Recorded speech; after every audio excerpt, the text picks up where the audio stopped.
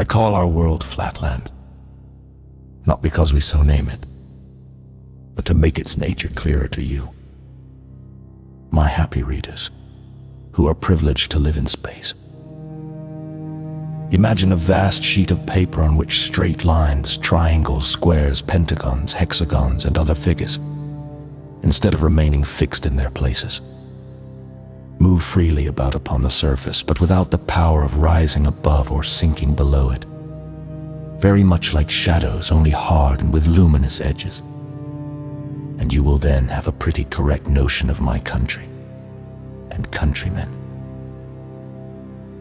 Alas, a few years ago I should have said my universe. But now my mind has been opened to higher views of things.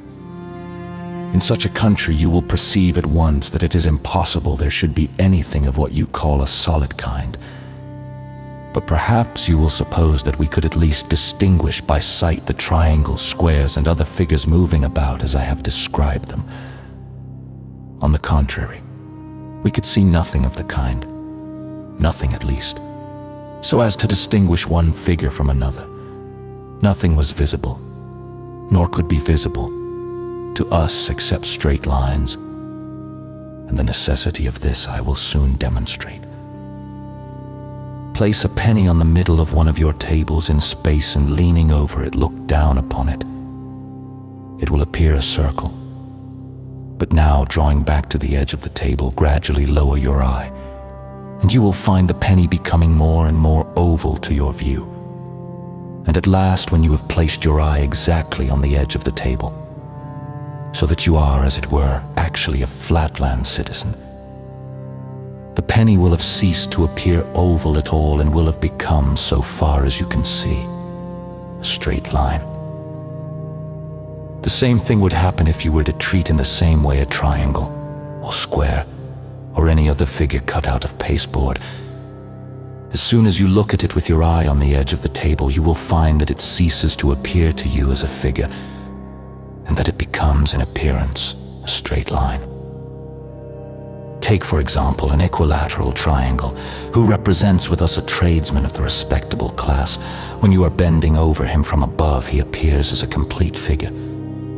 But when your eye is brought down to the level of the table, you see nothing but a straight line. When I was in Spaceland, I heard that your sailors have very similar experiences while they traverse your seas and discern some distant island or coast lying on the horizon. The far-off land may have bays, forelands, and angles innumerable, yet at the distance you see none of these, unless indeed your sun shines bright upon them, revealing the projections and retirements by means of light and shade, nothing but a gray unbroken line upon the water. Well, that is just what we see when one of our triangular or other acquaintances comes towards us in Flatland. As there is neither sun with us nor any light of such a kind as to make shadows, we have none of the helps to sight that you have in Spaceland. If our friend comes close to us, we see his line become larger. If he leaves us, it becomes smaller. But still, he looks like a straight line. Be he a triangle, square, pentagon, hexagon, circle, what you will. A straight line he looks, and nothing else. You may perhaps ask how, under these disadvantageous circumstances, we are able to distinguish our friends from one another. But the answer to this very natural question will be more fitly and easily given when I come to describe the inhabitants of Flatland. For the present, let me defer this subject and say a word or two about the climate and houses in our country.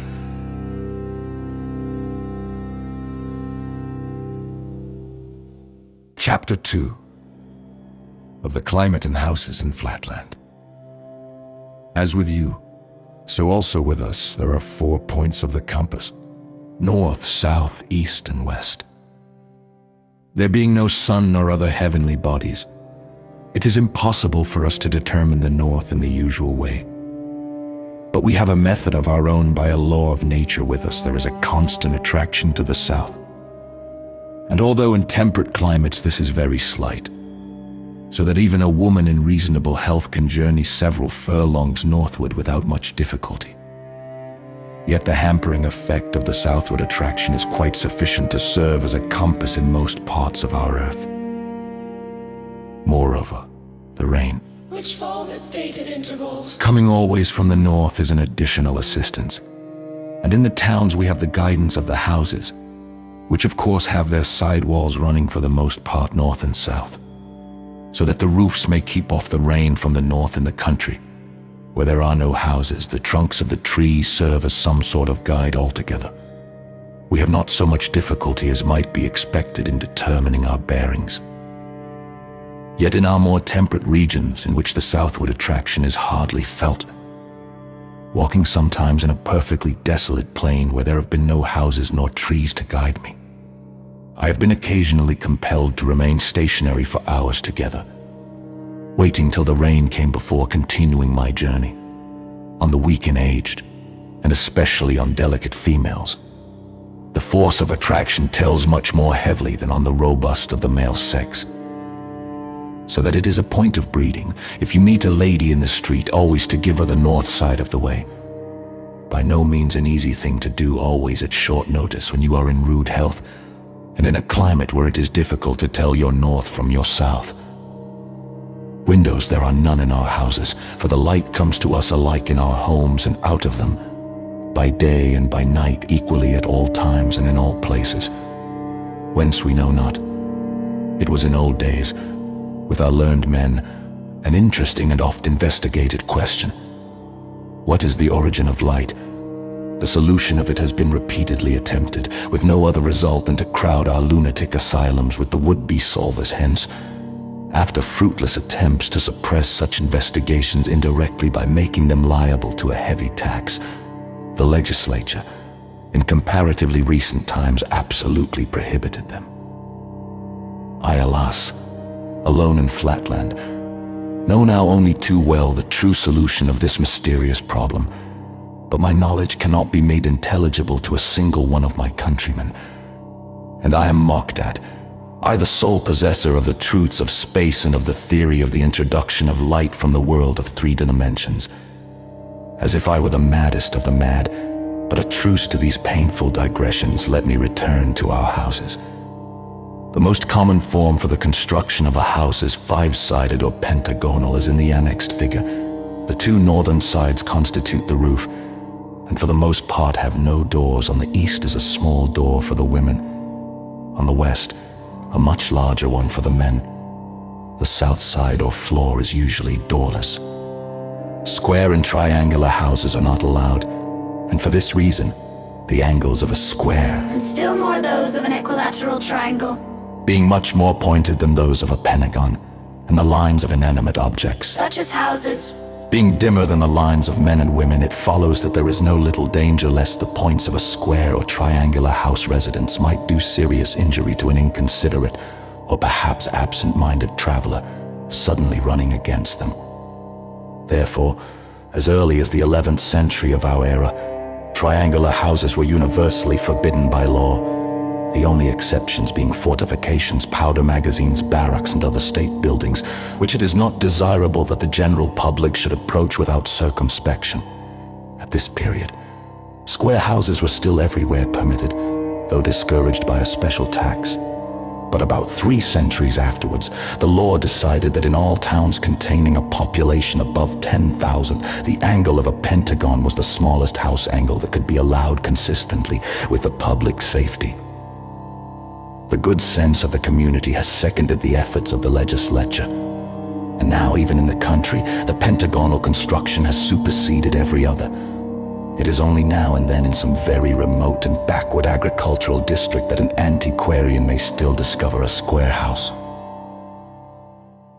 Chapter 3. Concerning the inhabitants of Flatland. The greatest length or breadth of a full-grown inhabitant of Flatland may be estimated at about 11 of your inches. 12 inches may be regarded as a maximum. Our women are straight lines.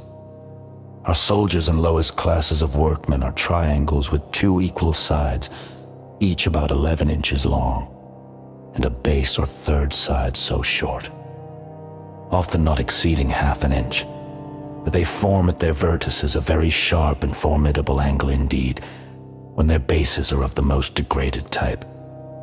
Not more than the 1/8 part of an inch in size, they can hardly be distinguished from straight lines or women, so extremely pointed are their vertices.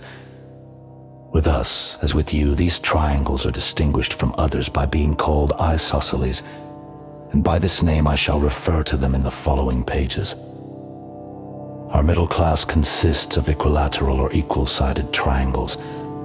Our professional men and gentlemen are squares, to which class I myself belong, and 5-sided figures or pentagons. Next above these come the nobility, of whom there are several degrees beginning at 6-sided figures or hexagons, and from thence rising in the number of their sides till they receive the honorable title of polygonal, or many-sided finally, when the number of the sides becomes so numerous, and the sides themselves so small, that the figure cannot be distinguished from a circle. He is included in the circular or priestly order, and this is the highest class of all. It is a law of nature with us that a male child shall have one more side than his father, so that each generation shall rise. One step in the scale of development, and nobility thus the son of a square is a pentagon, the son of a pentagon, a hexagon, and so on. But this rule applies not always to the tradesmen, and still less often to the soldiers and to the workmen, who indeed can hardly be said to deserve the name of human figures.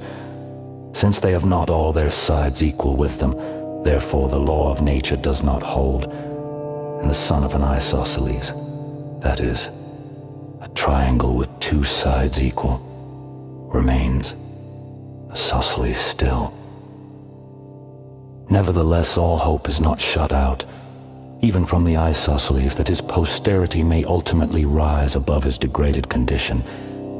For after a long series of military successes or diligent and skillful labors, it is generally found that the more intelligent among the artisan and soldier classes manifest a slight increase of their 3rd side or base, and a shrinkage of the 2 other sides into marriages. Between the sons and daughters of these more intellectual members of the lower classes generally result in an offspring approximating still more to the type of the equal-sided triangle. Rarely in proportion to the vast number of isosceles births is a genuine and certifiable equal-sided triangle produced from isosceles parents. Such a birth requires as its antecedents not only a series of carefully arranged intermarriages, but also a long-continued exercise of frugality and self-control on the part of the would-be ancestors of the coming equilateral, and a patient, systematic, and continuous development of the isosceles intellect through many generations. The birth of a true equilateral triangle from isosceles parents is the subject of rejoicing in our country for many furlongs round. After a strict examination conducted by the Sanitary and Social Board, the infant, if certified as regular, is with solemn ceremonial admitted into the class of equilaterals. He is then immediately taken from his proud yet sorrowing parents and adopted by some childless equilateral, who is bound by oath never to permit the child henceforth to enter his former home or so much as to look upon his relations again, for fear lest the freshly developed organism may, by force of unconscious imitation, fall back again into his hereditary level. The occasional emergence of an isosceles from the ranks of his serf-born ancestors is welcomed not only by the poor serfs themselves as a gleam of light and hope shed upon the monotonous squalor of their existence, but also by the aristocracy at large, for all the higher classes are well aware that these rare phenomena, while they do little or nothing to vulgarize their own privileges, serve as a most useful barrier against revolution from below. Had the acute-angled rabble been all without exception absolutely destitute of hope and of ambition, they might have found leaders in some of their many seditious outbreaks so able as to render their superior numbers and strength too much, even for the wisdom of the circles. But a wise ordinance of nature has decreed that in proportion as the working classes increase in intelligence, knowledge, and all virtue, in that same proportion their acute angle shall increase also and approximate to the harmless angle of the equilateral triangle thus. By a judicious use of this law of nature, the polygons and circles are almost always able to stifle sedition in its very cradle. Taking advantage of the irrepressible and boundless hopefulness of the human mind, art also comes to the aid of law and order. It is generally found possible, by a little artificial compression or expansion on the part of the state physicians, to make some of the more intelligent leaders of a rebellion perfectly regular, and to admit them at once into the privileged classes. A much larger number, who are still below the standard, allured by the prospect of being ultimately ennobled, are induced to enter the state hospitals, where they are kept in honorable confinement for life. One or two alone of the more obstinate, foolish, and hopelessly irregular are led to execution.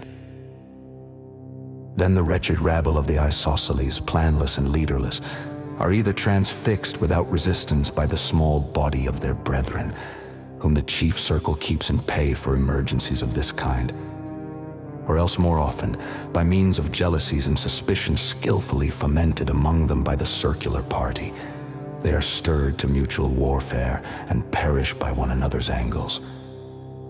No less than 120 rebellions are recorded in our annals, besides minor outbreaks numbered at 235, and they have all ended thus.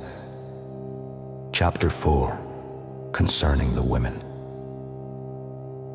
If our highly pointed triangles of the soldier class are formidable, it may be readily inferred that far more formidable are our women, for if a soldier is a wedge, a woman is a needle, being, so to speak, all point, at least at the two extremities.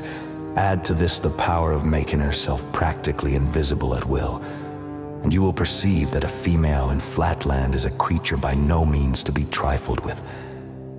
But here, perhaps some of my younger readers may ask how a woman in Flatland can make herself invisible. This ought, I think, to be apparent without any explanation. However, a few words will make it clear to the most unreflecting. Place a needle on a table. Then with your eye on the level of the table, look at it sideways and you see the whole length of it. But look at it endways and you see nothing but a point. It has become practically invisible. Just so is it with one of our women. When her side is turned towards us, we see her as a straight line, when the end containing her eye or mouth. For with us these two organs are identical as the part that meets our eye. Then we see nothing but a highly lustrous point. But when the back is presented to our view, then, being only sublustrous and indeed almost as dim as an inanimate object, her hinder extremity serves her as a kind of invisible cap. The dangers to which we are exposed from our women must now be manifest to the meanest capacity in Spaceland.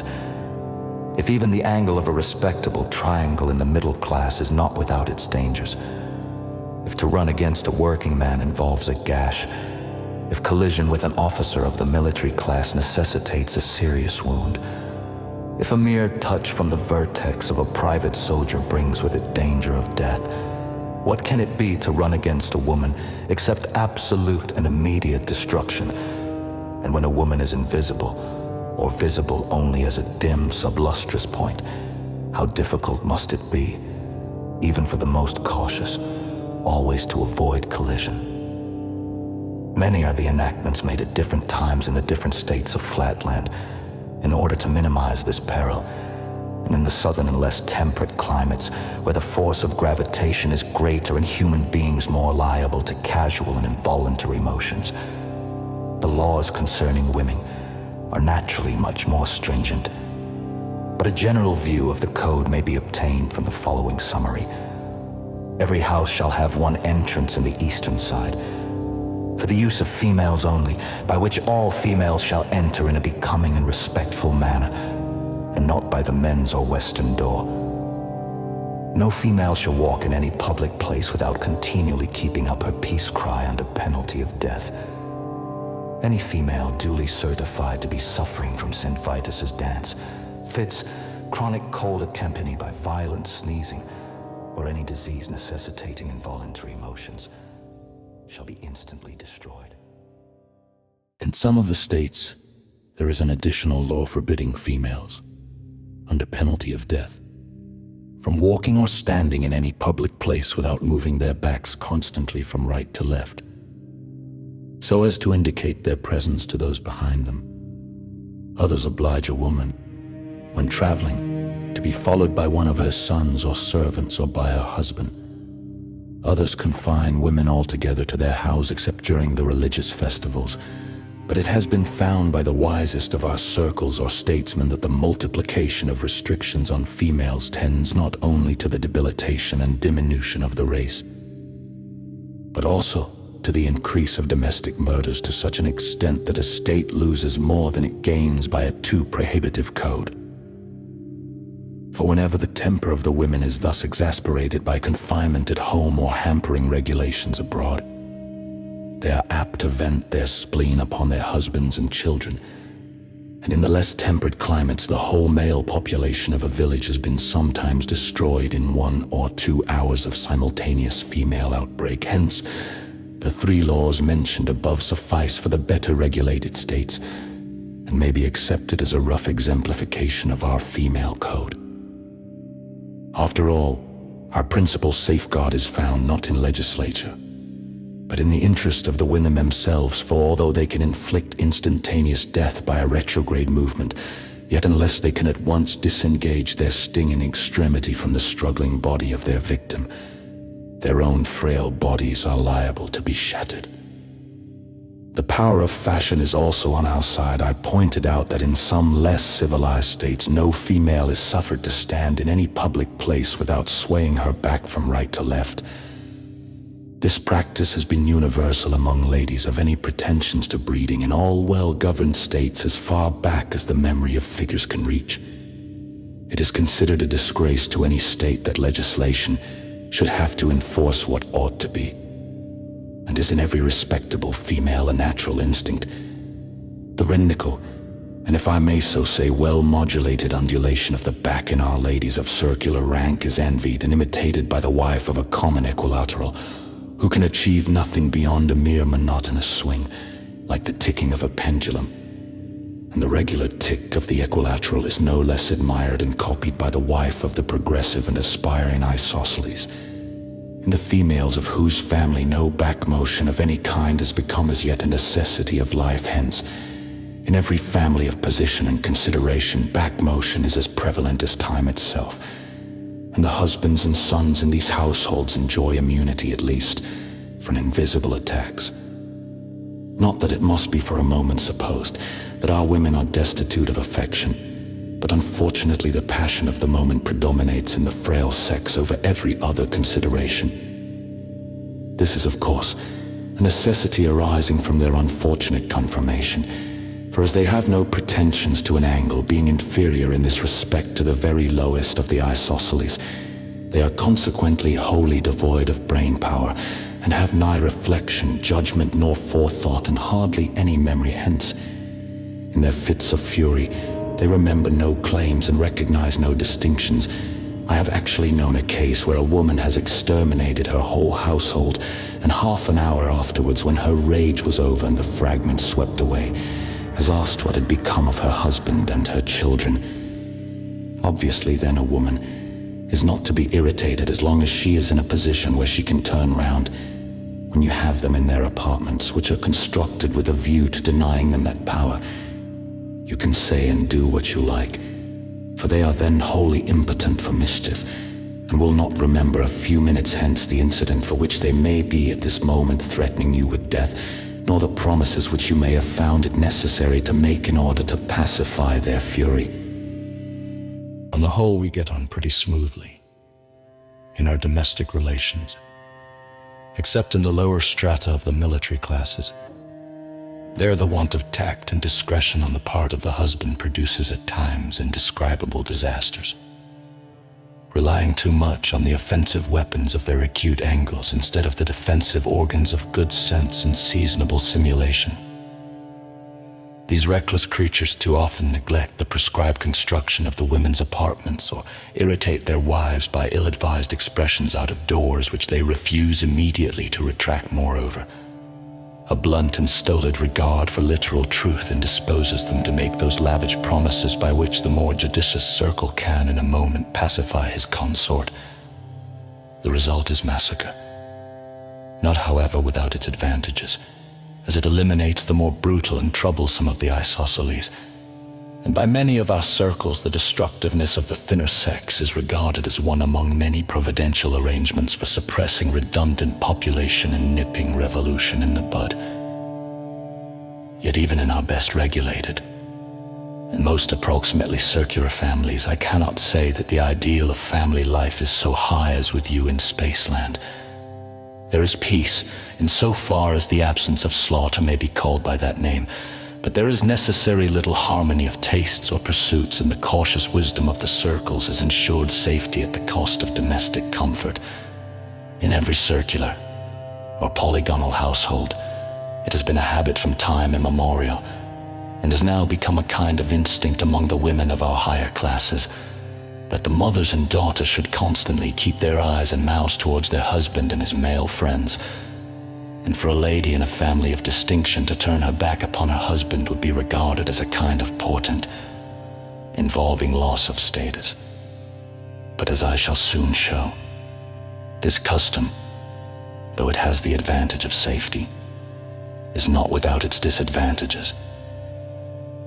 In the house of the working man or respectable tradesman, where the wife is allowed to turn her back upon her husband while pursuing her household avocations, there are at least intervals of quiet when the wife is neither seen nor heard except for the humming sound of the continuous peace cry. But in the homes of the upper classes there is too often no peace. There the voluble mouth and bright penetrating eye are ever directed towards the master of the household, and light itself is not more persistent than the stream of feminine discourse. The tact and skill which suffice to avert a woman's sting are unequal to the task of stopping a woman's mouth. And as the wife has absolutely nothing to say, and absolutely no constraint of wit, sense, or conscience to prevent her from saying it, not a few cynics have been found to aver that they prefer the danger of the death-dealing but inaudible sting to the safe sonorousness of a woman's other end. To my readers in Spaceland, the condition of our women may seem truly deplorable, and so indeed it is. A male of the lowest type of the isosceles may look forward to some improvement of his angle, and to the ultimate elevation of the whole of his degraded caste. But no woman can entertain such hopes for her sex. Once a woman, always a woman, is a decree of nature, and the very laws of evolution seem suspended in her disfavor. Yet at least we can admire the wise prearrangement which has ordained that, as they have no hope, so they shall have no memory to recall and no forethought to anticipate the miseries and humiliations which are at once a necessity of their existence and the basis of the constitution of Flatland. Chapter 5. Of our methods of recognizing one another. You who are blessed with shade as well as light, you who are gifted with two eyes, endowed with the power of looking before and behind, above and below at once. You who can see an angle and contemplate the complete circumference of a circle in the happy region of the three dimensions. How shall I make clear to you the extreme difficulty which we in Flatland experience in recognizing one another's configuration? Alas, how strong a family likeness runs through the entire race of Flatland. Not that the figures of each individual are alike, for that would be too great a blessing. No, every man has as many sides as the number of his ancestors, but the sides are so small and the differences of angle so minute that, except to the eye of a perfect circle, or to one who has the science to measure the angle correctly, there is no great difference between a square and a pentagon. How then do we distinguish our friends from our foes or know one another apart? By feeling. As the sense of touch is common to all, and as the law of life forbids that any one shall be ignorant of the configuration of his own body, this is the first and most natural method. Let us suppose that my wife or daughter wishes to ascertain my configuration, touching me gently with her extremity, so gently as not to pierce me. for the temper of the female sex is still liable to that catastrophe. She moves once round me, feeling me in every part, from the extremity of the line to the angle, and from the angle to the next side, and so on. She ascertains the number of my sides and their size. This practice is necessary to every female, and indeed to every male who has not the eye of recognition by sight. It is only by a long course of training and study that any male of the square or higher classes can acquire the art of recognizing by the sense of sight, or by hearing. The second method consists in the use of the voice. The angles of a figure when moved through the air emit a tone peculiar to their size and shape. The voice of an equilateral triangle differs from that of a square, the voice of a square from that of a pentagon, and so on. But here again the differences are subtle and require long practice to be distinguished. It is recorded in our annals that some centuries ago, the use of the voice was confined to the circles, and that the lower classes were absolutely dumb. The art of vocalization was regarded as a mark of aristocracy, and was long denied to the vulgar. But this restriction has now passed away, and all classes use the voice, though not with equal skill or in equal measure, or by sight. Finally, there is the method of sight recognition, which is practiced only by the upper classes. A circle can see distinctly not only the outline but every angle of a figure before him. The lower orders, having less perfect eyes, can see only one side or at most two, and hence their recognition is uncertain and often dangerous. To a square of the lower middle class or to an equilateral triangle, the appearance of a pentagon or hexagon is almost identical, and without the assistance of touch or voice it would be impossible to distinguish them. You will understand, therefore, how laborious and uncertain are our efforts to recognize one another, and how much our social intercourse depends upon the strict observance of etiquette and the unerring accuracy of our measurements.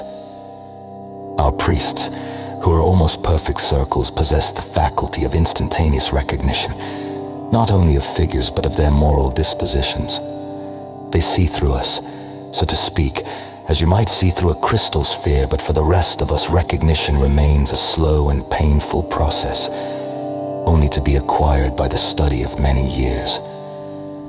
In the next chapter, I shall describe the method of sight recognition more particularly, and show how it has gradually superseded the grosser methods of feeling and hearing. Chapter 6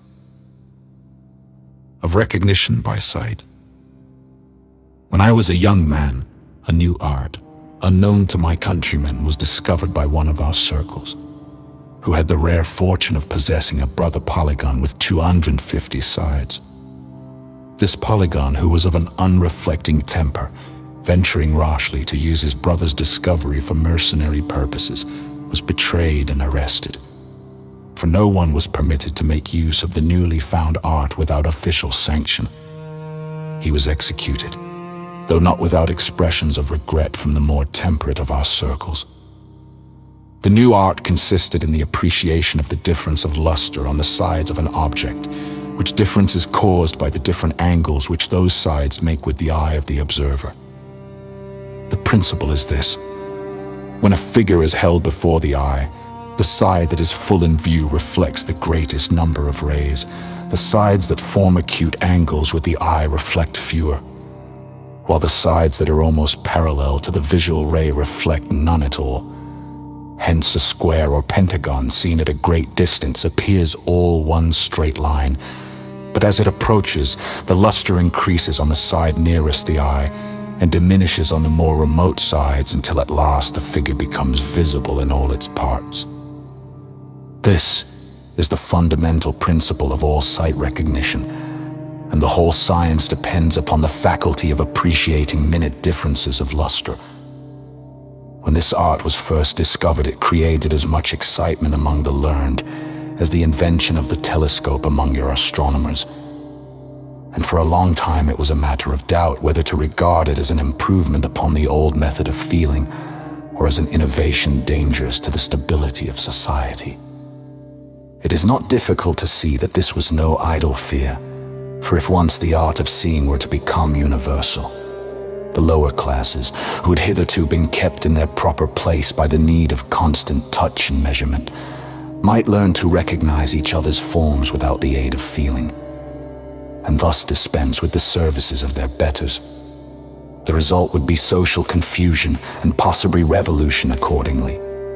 The circles at first endeavored to suppress the new method and actually passed several decrees forbidding the practice of sight recognition, except by the priests and the highest nobility. The lower classes, however, were too much fascinated by the advantages of the new discovery to submit to such restrictions. They began to practice it in secret and even to teach it to their children. Within a few generations, the art became universal, and the decrees of the circles were silently repealed. At present, sight recognition is the rule throughout the greater part of Flatland. Only the very young and the very simple are now content to feel and hear. In order to appreciate the difficulty of the new art, let us consider what is required of a student who aspires to practice it. He must first of all learn to distinguish, by the eye alone, the number of sides which a figure possesses.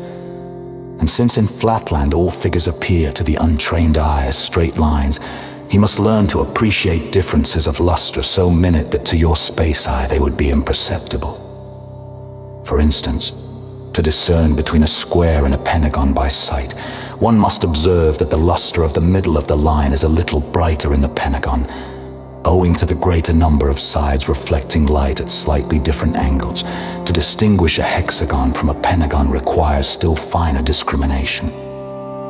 By long practice, and by comparing notes with one another, our scientific men have learned to recognize each other's figures at a glance. But to the common eye, even of the educated classes, there is no perceptible difference between a circle and a polygon of several thousand sides. The art of sight recognition has not only revolutionized our methods of intercourse, but has given rise to the whole science of geometry among us. Formerly, the art of feeling was our only means of acquiring knowledge of the figures and dimensions of things. But now we can, by sight, take in at a glance the entire configuration of an object, and even measure its angles and sides by the difference of luster. It is to this art that we owe our highest intellectual development, and it is by its aid that the circles maintain their supremacy. For their perfect eyes, their delicate sense of luster, and their power of instantaneous recognition give them an authority over the less gifted classes which it would be dangerous to resist. Some there are who rebel against this wise and salutary regulation, having themselves some slight irregularity of figure. They are apt to sympathize with the deformed and to resent the strictness of our social order. Hence arise occasional outbreaks of what we call irregularist conspiracies. But these are speedily suppressed by the wisdom of the circles. The irregular leaders are either summarily executed or confined in the circular hospitals, and the more moderate of their followers, having learned wisdom by experience, soon return to their allegiance. It must be confessed that this system of extermination has sometimes been carried to excess, for owing to the carelessness of the state physicians, even well-formed infants have occasionally been destroyed under the mistaken impression that they were irregular. But such errors are rare, and the punishment of the offending physician, together with the increased vigilance of his successors, tends to prevent their recurrence. One other point may be mentioned in this connection. The irregulars are from time to time useful in the state for the following reason. It sometimes happens that a polygon, though irregular, possesses a power of vision or of mental calculation superior to that of his more regular brethren. In such cases he is permitted to live, but is compelled to serve the state in some subordinate capacity, usually in the army as a scout or spy. His peculiar shape enables him to see objects in directions which would escape the notice of a regular soldier, and thus to render valuable aid in warlike operations. Such cases are, however, extremely rare. and as a rule, the irregulars are regarded as the vilest and most dangerous of our population. For my own part, though I am not ignorant of the many valuable lessons which even deformity may teach, I am of the opinion that the interest of the community are best served by the strictest possible maintenance of the laws of regularity. Indeed, I have often thought that if the world of Flatland were more rigorous in its devotion to symmetry and exactness, our moral and intellectual state would correspondingly improve. But this is perhaps a digression. I have now said enough to explain why irregular figures are regarded by all true Flatlanders as abominations to be rooted out from among us. In the next chapter, I shall speak of the ancient practice of painting, by which certain irregularities were concealed, and how that dangerous art, after threatening the very foundations of our society, was finally suppressed by the wisdom of the priests.